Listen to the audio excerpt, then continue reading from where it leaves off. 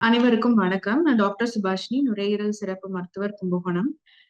இன்னைக்கு நம்ம பார்க்க போறது கேஸ்ட்ரோ ஈசோஃபேஜியல் ரிஃப்ளெக்ஸ் டிசீஸ் இன் சில்ட்ரன். அதாவது குழந்தைங்கள்ல வர அசிடிட்டி ப்ராப்ளம்.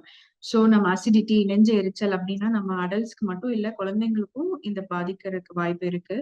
ஸோ இதுல பாதிக்கப்படுற குழந்தைகள் யாரு பார்த்தீங்கன்னா, மோஸ்ட்லி இந்த ஓவர் வெயிட்டா இருக்க குழந்தைங்க, சில உணவு பழக்கம் கரெக்டா இல்லாத குழந்தைங்க எல்லாம் இதுல ரொம்ப அஃபெக்ட் ஆவாங்க. அவங்களுக்கு அடிக்கடி இந்த வாமிட்டிங் வர்றது, இருமல் வர்றது, அடிக்கடி காதுல இன்ஃபெக்ஷன் வர்றது. சில குழந்தைகள் வாமிட்டிங் எடுத்து போதிய வெயிட் ஏறாம இருப்பாங்க. சில பேருக்கு தொடர் இருமல் ஒரு ஆஸ்மா, வீசிங் மாதிரி கூட அவங்களுக்கு சிம்டம்ஸ் இருக்கும். இத பத்தி ஒரு அவேர்னஸ்க்காக தான் இந்த வீடியோ. அப்படி இருக்க குழந்தைங்களுக்கு நம்ம முதல்ல இந்த உணவு இத பத்தி பார்க்கணும். உணவு குழாய் இரைப்பையோட ஜாயின் பண்ற இடத்துல நமக்கு இந்த லோவர் ஈசோஃபேஜியல் ஸ்பின்டர்னு ஒரு மசில் சதை பகுதி இருக்கும். அது நார்மலா நமக்கு க்ளோஸ் ஆயிருக்கணும். அது நமக்கு போதுமான க்ளோஸ் இல்ல இல்ல ஒரு லாக்ஸிட்டி இருக்குங்கிறப்போ அந்த அமிலம் நமக்கு உணவு குழாய்க்குள்ளார வந்துடும். இரைப்பைக்குள்ள இருக்க வேண்டிய அமிலம் நமக்கு உணவு குழாய்க்குள்ள வர்றப்போ நமக்கு இந்த ஈசோஃபேஜைட்டிஸ் அப்படிங்கிற ப்ராப்ளம் வருது. இதை தடுக்கிறதுக்கு நம்ம என்ன பண்ணணும் அப்படின்னா, உணவு பழக்கத்தை நம்ம கொஞ்சம் ஆல்டர் பண்ணணும். அதிகமா நம்ம ஃபீட் பண்றது இருக்கக்கூடாது. ஒரு ஒரு பாட்டில் ஃபீட் பண்ற குழந்தைங்கன்னா தோல்ல போட்டு நல்லா பர்ப் பண்ணி அதுக்கப்புறம் தூங்க வைக்கணும். தட்டி ஏப்ப வர வரைக்கும் தட்டிட்டு அதுக்கப்புறம் படுக்க வைக்கணும். ஒரு உணவு கொடுக்கறதுக்கும் இரவு நேரத்துக்கும் ஒரு 3 மணி நேரம் இடைவெளி இருக்க மாதிரி பார்க்கணும். சிறு சிறு உணவுகளை அடிக்கடி கொடுக்குற மாதிரி பார்த்துக்கலாம். பாட்டில் ஃபீட் பண்ற குழந்தைங்கன்னா ஒரு நிப்பிள் ஃபுல் வரைக்குமே மில்க் இருக்க மாதிரி, அதாவது குடிக்கிறப்ப அதிகமா காற்றை உள்ள ஸ்வாலோ பண்ணாம இருக்க மாதிரி பார்த்துக்கணும்.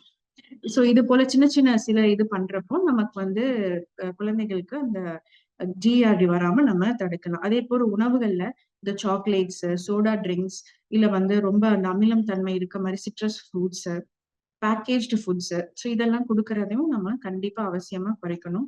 சில குழந்தைங்களுக்கு இந்த மில்க் அலர்ஜி இருக்கு, அதை ஐடென்டிஃபை பண்ணாங்கன்னா ஹெல்த் கேர் நம்ம டாக்டர்ஸோட அறிவுரைப்படி ஒரு டைரி ஃப்ரீ இல்லைன்னா அதுக்கு தகுந்த மாதிரி நம்ம ஃபார்முலா ஃபீட்ஸ் சேஞ்ச் பண்றப்ப இந்த ரிஃப்ளெக்ஸ் குழந்தைங்களுக்கு கண்டிப்பா குறையும். படுக்க வைக்கிறப்போ அதே போல கொஞ்சம் தலைமையிட ஹைட்டா இருக்க மாதிரி படுக்க வைக்கணும்.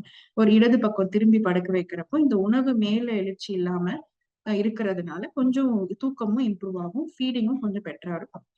இதே கவனிக்காம விட்டோம் அப்படின்னா அடிக்கடி இந்த புண்ணாகிறதுனால, வாமிட்டிங் இருக்கிறதுனால உள்ளார ப்ளீடிங் வரக்கு பாசிபிலிட்டி, இல்ல பிற்காலத்துல பேரட்ஸ் ஈசோஃபேகஸ்னு ஒரு காம்ப்ளிகேஷன் வர்றதுக்கும் வாய்ப்பு இருக்கு.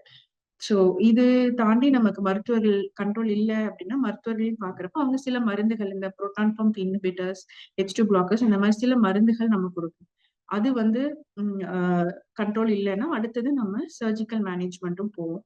ஸோ இயன்ற வரை நம்ம இதுல முக்கியமான பங்கு என்னன்னு பாத்தீங்கன்னா, நம்ம அந்த லைஃப் ஸ்டைல் மாடிஃபிகேஷன் குழந்தைங்களுக்கு கரெக்டா நம்ம ஆஹ் உணவு இடைவேளை விட்டு கொடுக்கறது, ஒரு அரை வயிறு, ஒரு அடிக்கடி ஃப்ரீக்வெண்ட் மீல்ஸ், கண்டிப்பா இந்த பேக்கேஜ் ஃபுட்ஸ், சிட்ரஸ் ஃப்ரூட்ஸ் இது எல்லாத்தையும் நம்ம அவாய்ட் பண்ணணும். ஸோ வேற இந்த ஃபீடிங்கும் ஃப்ரீக்வெண்டா நமக்கு ரொம்ப இது இல்லாம ஒரு ஒரு டைம்லி ஃபீட், ஒவ்வொரு குழந்தைக்கும் அதோட நீட் மாறலாம். அதை அனலைஸ் பண்ணி நம்ம டைம் ஃபீட் கொடுக்கணும். ரெண்டாவது, ஏதாவது இதுல தொந்தரவு இருக்குன்னா ஏர்லியஸ்டா நம்ம மருத்துவரை பார்க்கணும். நம்மளே ஒரு செல்ஃப் மெடிகேஷன் பண்றது மட்டும் இல்லாம இருந்தாலே கொஞ்சம் ஜிஆர்டி ஆரம்பத்திலேயே நம்ம இது பண்ணிக்கலாம். தேங்க்யூ.